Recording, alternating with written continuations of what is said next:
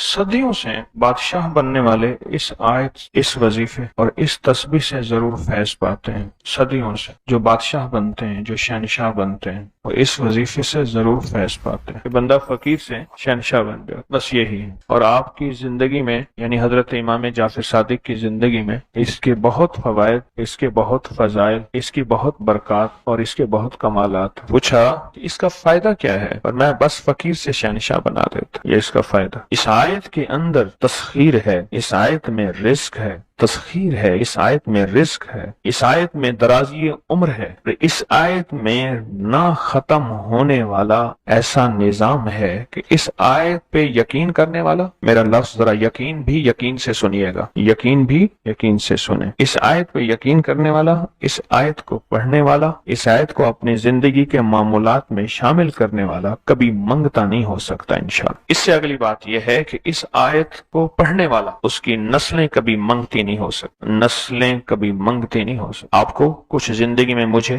ایسے لوگ ملے ہیں کہ جو رئیس تھے، رئیس اعظم، لیکن ان کی نسلیں منگتی بن گئی، منگتی، بھکاری بن گئی، محتاج بن گئی، مفلس بن۔ اس آیت کے پڑھنے والا منگتا نہیں بنے گا، کیوں؟ اس آیت میں، ان دو آیات میں تونگری ہے۔ یہ امام جعفر صادق کا دوسرا قول فرما رہا، جو ان کا فرمان ہے، میں عرض کر رہا ہوں، تونگری ہے۔ اس آیت میں مال ہے، اس آیت میں درازی عمر ہے، اس آیت درازی عمر ہے، اور اس آیت میں غنا ہے، غنا۔ وَأَغْنَنِي بِفَضْلِكَ عَمَّنْ سِوَا، مجھے فضل، مجھے پتا ہے مولا میں غنی ہوں گا تیرے فضل سے۔ وَأَغْنَنِي، محنت سے نہیں، اس فکرے کو خاموشی سے غور سے سنیں۔ وَأَغْنَنِي، میں غنی ہوں گا اگر تو ہوں گا تیرے فضل سے، مجھے کلمہ نصیب ہوگا اگر ہوگا تیرے فضل سے، مجھے قبر میں نکیرین کے سوال و جواب میں آسانی ہوگی اگر تو ہوگے تیرے فضل سے، اور یہاں تک کہ اگر مجھے جنت ملے گی تو تیرے فضل سے ملے گی، جنت بھی اگر ملے گی تو تیرے فضل سے ملے گی، جنت بھی ملے گی تو تیرے فضل سے ملے گی۔ اس آیت میں،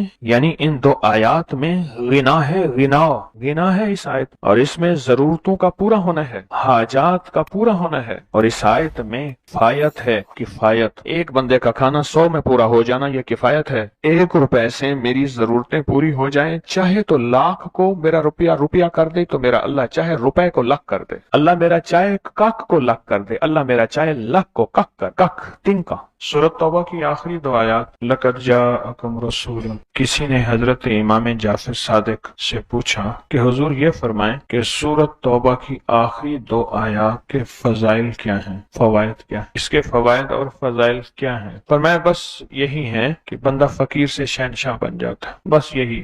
کتنے بڑوں نے، مخدوم نوح صاحب، حالہ سندھ، بہت بڑی ہستی ہیں، مزار ہے، دربار ہے، مخدوم محمد نوح حالہ سندھ میں، ان کی عمر بہت لمبی تھی۔ کسی نے ان سے درازی عمر کا راز پوچھا، فرمانے لگے میری درازی عمر کا راز سورۃ توبہ کی آخری 2 آیات۔ مخدوم نوح دعا کیا ہے؟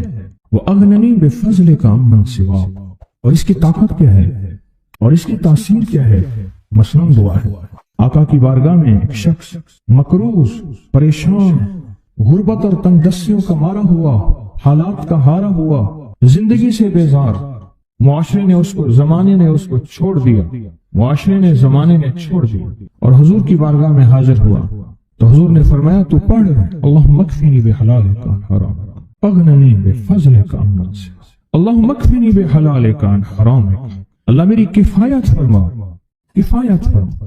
کفایت سے مراد یہ ہے، کبھی وہ ایک بابا جی کہتے تھے کہ نہیں لوڑ دی تھوڑ نہ ہوئے، مجھے جس چیز کی ضرورت ہو وہ ہر وقت مجھے ملتی رہے، اللہ ایسی کفایت فرما یا کسی کا محتاج نہ رہوں، ایسی کفایت فرما میں عاجز نہ بنوں، ایسی کفایت فرما ایک چیز کو ترستا نہ رہوں، اللہم اکفنی بحلالک عن حرامک، پر کفایت کرنے میں میرے ساتھ حلال کے معاملے کرنا، تیری تقسیم ہے، تیری ترتیب ہے، اللہ مجھے حلال بھی چاہیے، ایسا چاہیے جس میں وسعت ہو، اور ایسا چاہیے جس میں برکت ہو، اور ایسا چاہیے جو میری ساری ضرورتوں کی کفایت کرتے، ساری ضرورتوں کی کفایت کرتے۔ میرے پاس وہ حال نہیں چاہیے کہ آج ایک چیز ہے دوسری نہیں ہے، دوسری ہے تیسری نہیں ہے۔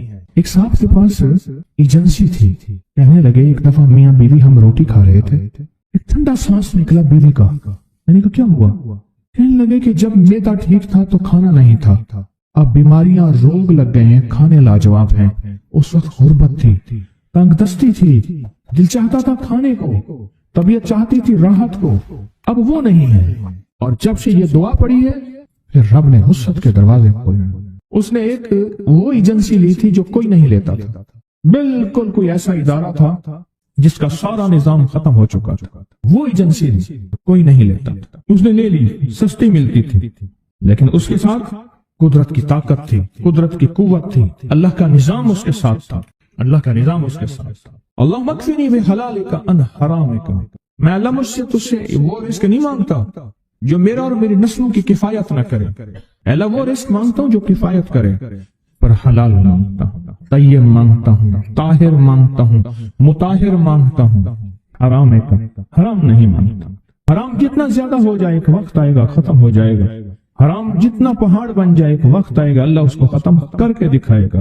میں نے ایک جگہ حضرت عبداللہ بن مسعود رضی اللہ عنہ کا فرمان پڑھا، وہ بس ایک دفعہ پڑھا، مجھے نہ بھولا. پھر فرمایا سود کا انجام تنگ دستی اور فقر ہے. اور ایک اور صحابی کا قول ہے، اور یہی قول حضرت امام جعفر صادق کا ہے کہ حرام کا انجام فقر اور قلت ہے. اللہ مجھے حرام نہیں چاہیے. اور پھر اللہ کہتا ہے اچھا چلو ٹھیک ہے تیری کفایت کر دے. اللہ سے ایک بات اور بھی مانگتا ہے، آگے ذرا سنیں. وَأَغْنَنِي بِفَضْلِكَ. مولا مجھے غنی کر دے، مجھے پتہ ہے تیرے فضل سے کوئی غنی ہوگا، محنت کر کے غنی کوئی نہیں ہوگا. کمال دعا ہے. وَأَغْنَنِي بِفَضْلِكَ. اغننی، مجھے تیرے فضل سے غنی ہونا ہے. میں جا رہا تھا، سیڑھی رکھی ہوئی تھی لمبی بڑی اونچی، اور سر پہ گارے کا تھال تھا اور ایک بندہ چڑھ رہا تھا. میں نے دیکھا میرا کلاس فیلو ہے. وہ اس وقت تک قدم اتنے چڑھ چکا تھا کہ چھت پہ گارا دینے گیا. اب ایک اور مزدور کھڑا تھا، اس نے چھت کی لپائی ہو رہی تھی بھوسے والے گارے سے. تو جب وہ نیچے اترا تو میں نے اس کو آواز دی، اس نے پہچان لیا. میں نے اس کے والد کو مزدوری کرتے دیکھا تھا اور اس کو سنا تھا کہ اس کا دادا بھی مزدوری کر رہا اور وہ آج بھی مزدوری کر رہا. وَأَغْنَنِي. اللہ مجھے غنی کر دے، بِفَضْلِكَ. ہوگا تیرے فضل سے. محنت شرط ہے، یہ لفظ ہمیشہ یاد بھی رکھے، غور بھی سنیں. محنت شرط ہے، پر محنت پہ فیصلے شرط نہیں ہے کہ محنت فیصلے جو ہیں وہ محنت پہ ہو جائے. ہاں محنت شرط ہے، محنت پہ فیصلے شرط نہیں ہے. کتنے ساری عمر محنت کرتے ساری عمر محنت کرتے بندے ختم ہو گئے. وَأَغْنَنِي بِفَضْلِكَ عَمَّنْ سِوَاهُ. اور مولا ایک شفقت یہ کرنا، مجھے کسی کا محتاج نہ کرنا. امن سوا، کسی کے در کا بھکاری نہ بنانا، کسی کا محتاج نہ کرنا. اللہ کسی کا منگتا نہ بنانا، اللہ کسی کا سوالی نہ بنانا، اللہ مجھے عاجز نہ بنانا. وَأَغْنَنِي بِفَضْلِكَ عَمَّنْ سِوَاهُ. یہ طاقتور دعا ہے. اور دعا کے اندر کی طاقت کو پرکھیں، اندر کے مفہوم کو دیکھیں، اندر کے ترجمے کو دیکھیں. آج بھی پڑھیں گے، کل بھی پڑھیں گے، لیکن یاد رکھیے گا اس کی تعداد کو نہ دیکھیں. اللہ کی ہاں قیامت کے دن سننا غور سے، عدد نہیں تولے جائیں گے، عدد کے اندر خلوص اور اخلاص تولا جائے گا.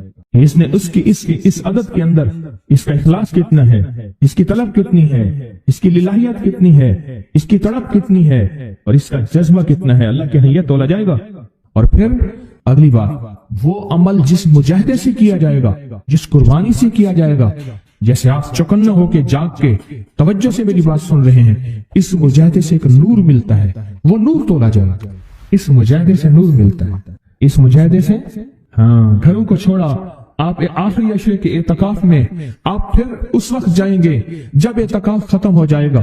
یہ جو قربانی ہے اللہ کے لیے کی ہے، اس مجاہدے پہ جو مجاہدہ آیا، اس قربانی پہ جو قربانی آئی، کبھی جاگنے کی، کبھی ٹیک ہٹانے کی، کبھی توجہ کرنے کی، کبھی اپنی چاہتوں کو توڑنے کی، اس پہ نور ملتا ہے.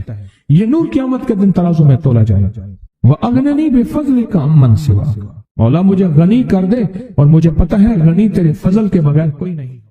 زندگی میں جب بھی کہیں مشکلیں آئی ہیں، جب بھی کہیں پریشانی آئی ہیں، جب بھی کہیں الجھنیں امت کو آئی ہیں، جب بھی کہیں اولاد نہیں ہے، رزق نہیں ہے، صحت نہیں ہے، عزت نہیں ہے، سکون نہیں ہے، چین نہیں ہے، راحت نہیں ہے، جادوؤں نے گھیر لیا، بندشوں نے تباہ کر دیا، حاسدین نے برباد کر دیا، مشکلوں نے سر چڑھ کے ہمیں جھکا دیا، حالات نے ہماری زندگی کو تنگ کر دیا، کوئی پریشانی کی ضرورت نہیں۔